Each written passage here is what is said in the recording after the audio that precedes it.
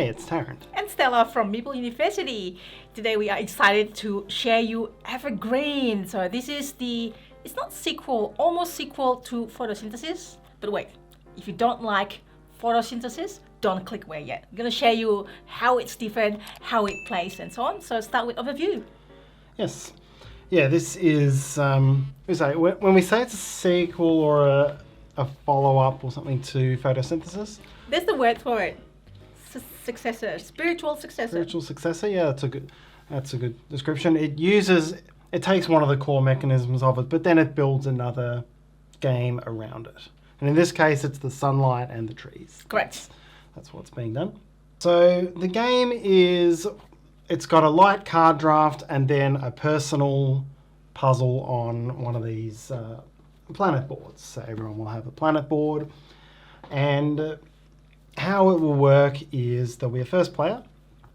And that first player, so the draft section, the first player will choose a card and then put the first player token on the leftmost remaining card. Then all the other players draft. Whoever takes the one with this on it becomes first player for the next round. If no one takes it, then the first player retains.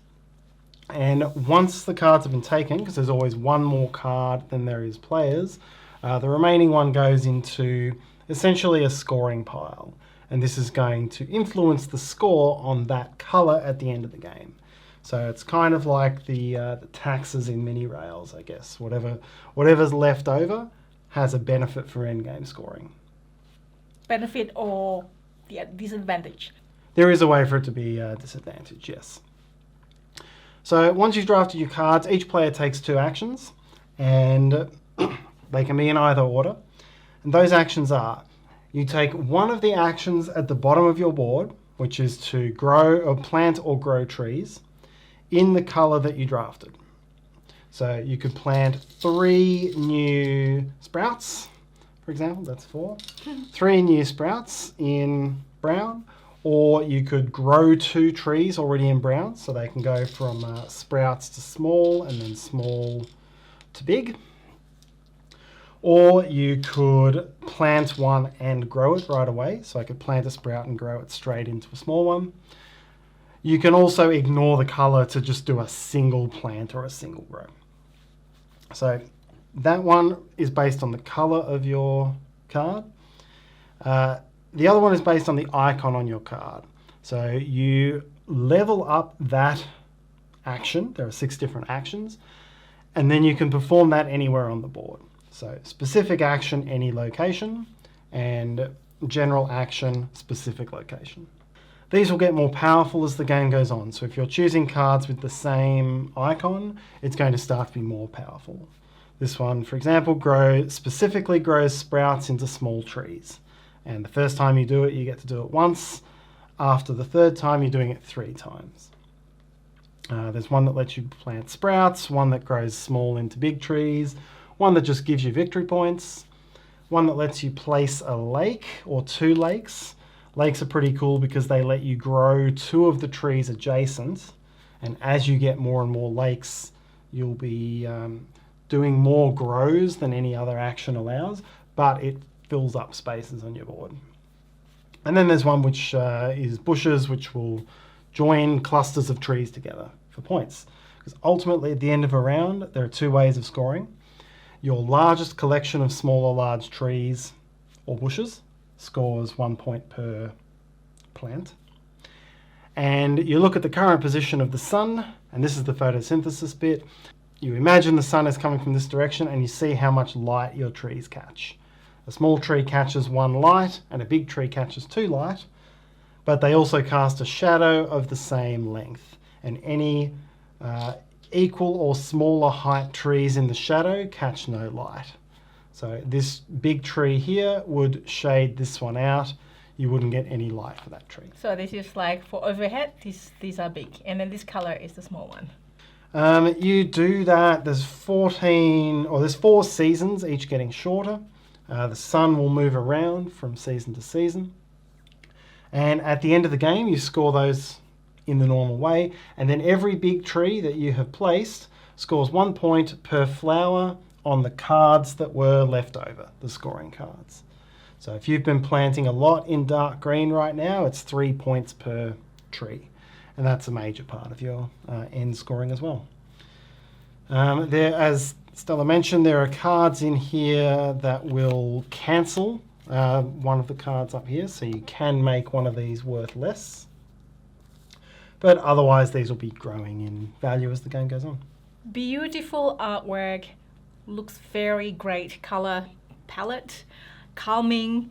And what I like about, I usually like open drafting. So this is an open drafting, and what I like about it is that tug of war. There's here, for example, there's a wild card here, by the way. So you want to take this card to grow, but then if you leave this card, then if you've already grown so much, you want this hopefully be left behind, and your tree will give you points. That tug of war, that's one. Second one, this area, so you want to cluster things together for getting 1 point per you're on the largest forest, connected forest, and this doesn't count, by the way. So bush connects the trees. Yep. This doesn't count. So when you score the largest forest, then that's kind of like sometimes you have to put the trees behind each other. So that means if the sun's that way, this is here and this is here, this is connected as forest, but this doesn't give you points that round because it's covered by this tree. Yeah. This one actually does because it's taller than that tree. But if that's what I meant the other way. Yeah. So it's kind of like this tree will shadow the next two, and there's also just kind of like empty area that you can make advantage of or get disadvantage out of it. So those two tug of war are really good. We both really enjoy. I can't really say, but I know you really enjoy it. I know I really enjoy this. I like this one better than photosynthesis. I'm not saying photosynthesis is bad. I'm saying that I know that we've done live playthrough for this, and some people like it, but there are some that either like it or don't like it. So for those who don't like photosynthesis, this is different. This plays different, and photosynthesis give me that special rotation of like 6 sun around, and that I can't really figure out. I can't really imagine how that's going to land. So this actually is simplifying that thing, that issue that I personally have. That's what I have. Do you like photosynthesis? It was intriguing, but it wasn't the game for me. It was it was a combined grid. It was very thinky. It was okay. I do prefer this one to it. This is simpler. The thinky, the thoughtful thing, the strategy bit, what I said was these cards and what's left behind, what to leave opponents behind, do you want to be the first player, and the placement of the tree mainly. What do you think? Yeah, it's one of those, very typical of this era. It's essentially a roll and write with components. If you look at it that way, you could do all of this, you're permanently building and you're not directly interacting with each other on here. So it's very roll and writey, but there's a lot of good games like that these days out there. Guild of Merchant Explorers is one which comes to mind. It's got a very similar feel. Yeah, this mechanism, I've said before that one of my favorite mechanisms is drafting turn order and action at the same time. Right, yes. I always really like that, and this is a really fascinating draft, having to balance what stays versus what color you need versus what icon you need versus where you want to go in turn order.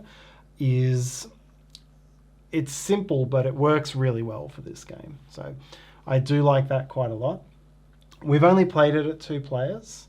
I think the fact that it's a first player draft only and not a full turn order draft, I think that would frustrate me at higher player counts. And that's just me wanting control. It's also because you do have a real benefit as the last player of being the one who makes the final choice. And I think there would be enough benefit to doing that at a higher player count that I feel like I would want the option to be last. And that's a theoretical thought. We haven't played it at 4 players. When you talk about higher player counts, downtime shouldn't be an issue because you draft and then you do your things simultaneously. Yeah, certainly it would be a low downtime exercise there. I really like the options you've got with these different actions. I think that would be something which would become quite interesting at higher player count. I think every time we've played, we've kind of settled into our own rhythms of which of the 6 actions we're drafting. I think with 4 players fighting over the same icons, that would become more competitive, which I think would be interesting as well. That would be more interesting in a different way. So 2 players has got its own uniqueness, and then high player counts may have its own different thing. I think this area, I haven't mentioned this feels a bit like Wingspan, where each round your action would reduce more and more. So first round 5, it's actually say here, second round 4, 3, and then 2. And then as your action becomes less, but your action potentially, this is the engine building part, potentially gets more from this. Yes. And I haven't played this way, but I think with this one here, this is just straight points. You would think, yeah, you know, you don't really want straight points at the start of the game. But if you build up on it and you see other players not really collecting this card, then 4 points. 4 points per turn. That's probably not too bad. And it's quite a weak one for other players to take later, so they're more likely to leave it for you as well. That's correct. If no one started it, yeah. I would think. So overall, we really enjoy it. Artwork's great. Table presence is great. Downtime's not too much. And it's always been a close game. That's it. Always been. We play a few times, and it's usually close. I just couldn't work out. One time I used the lake strategy, trying to grow 2 different things next to me, but then that separates my forest too much. Yeah, they're an interesting one, the lakes, because they give you so much more flexibility on growth once you max out the track. But then it splits your forests, and so you kind of need to use it to score big on the end game, I think. So that is Evergreen. Have you heard of it? Have you played it? Did you play Photosynthesis? Did you like it? Did you not like it? Please let me know. I want to know if people actually do like or not, or just in the middle. I thought it would be like yes or no. There's no maybe. So we'll see if my theory is right. Please let me know what you think of it. But we really both enjoy this. We really recommend this one. It's a quick play. I would think that it still works good in higher player counts. I know. And if you find this useful, it will be really helpful. Please hit the like button and subscribe to us if you haven't already done so. There's also a bell that you can hit. I'm also on Instagram. Find me there, and hopefully we'll see you next time. Thanks for watching. Bye.